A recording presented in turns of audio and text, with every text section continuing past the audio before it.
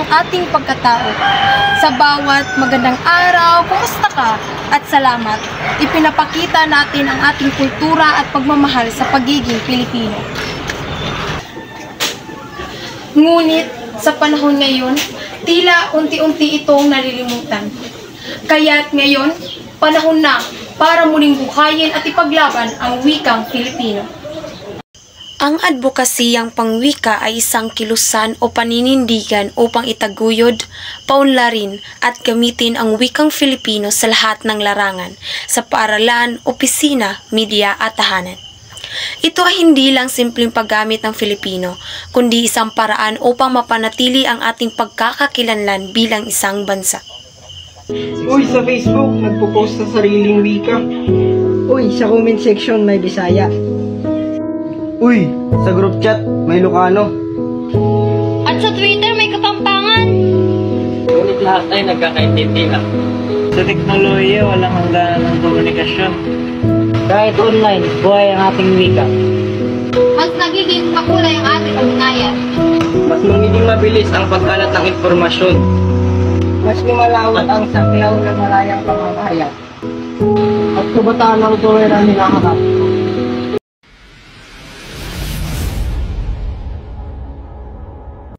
Para sa akin, mahalaga ang wikang Filipino kasi dito ko mas naipapahayag ang tunay kong nararamdaman. Kapag gumagamit ako ng Pilipino, mas nakikilala ko kung sino ako bilang Pilipino. Ang wikang Pilipino ay hindi kababaan kundi karangalan.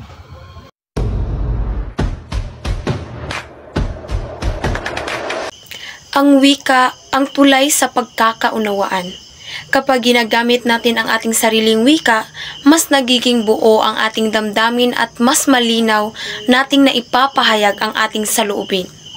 Ang wikang Filipino ay nagbubuklod-buklod sa mahigit 7,000 isla, nagbibigay ng boses sa bawat Pilipino at nagiging simbolo ng pagkakaisa.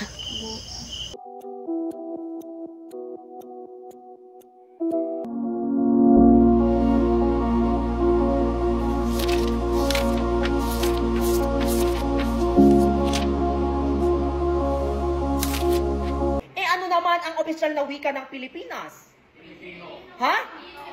Ha? Filipino. Ha? Filipino. Ano? Filipino.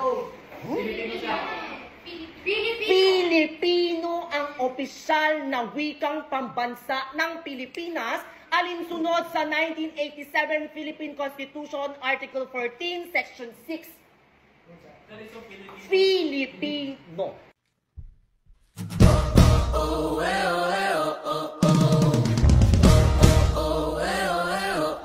Iniibig niyo ba ang bayang ito? Bayan mo sarili, pumili ka! Sa panahon ngayon, mas pinapaboran ng ilan ang wikang banyaga. English is cool, sabi nila. Ngunit sa likod ng kaginhawaang iyon, unti-unting nawawala ang ating sariling wika. Hindi masama ang paggamit ng English.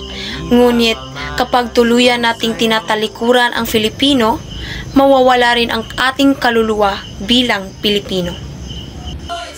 Ang wika ang tulay sa pagkakaunawaan.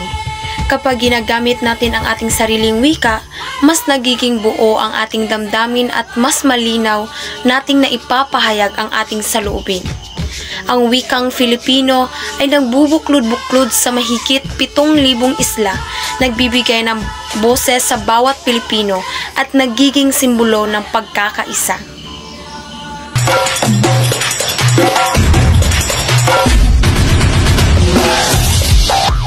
Magsimula tayo sa maliit na hakbang.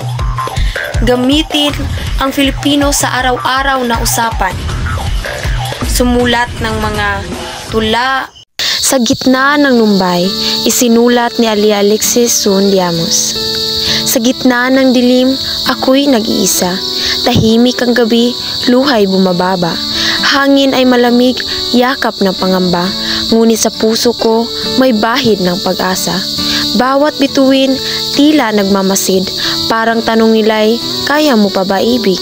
Ngunit sagot ko'y oo, kahit may sakit. Dahil sa bukas, liwanag ay kapalit.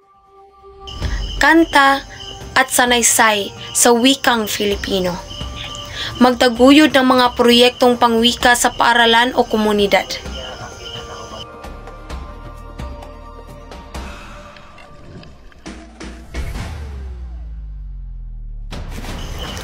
Sa mga paaralan nagsisimula ang lahat.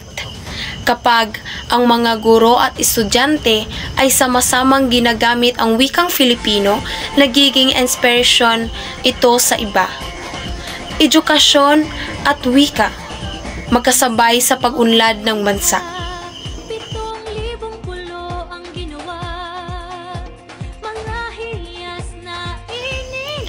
Ngayon, ikaw naman, paano isusulong ang wikang Filipino? Maging huwaran, magsalita ng may dangal, ipagmalaki ang iyong wika saan ka man naroroon.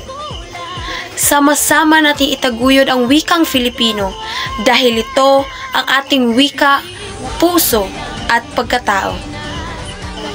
Sa huli, tandaan natin, ang hindi marunong magmahal sa sariling wika ay higit pa sa hayop at malasang isda.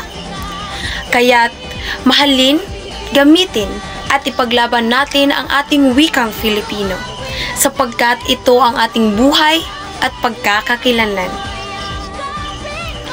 Ngayon, ikaw naman, paano isusulong ang wikang Filipino?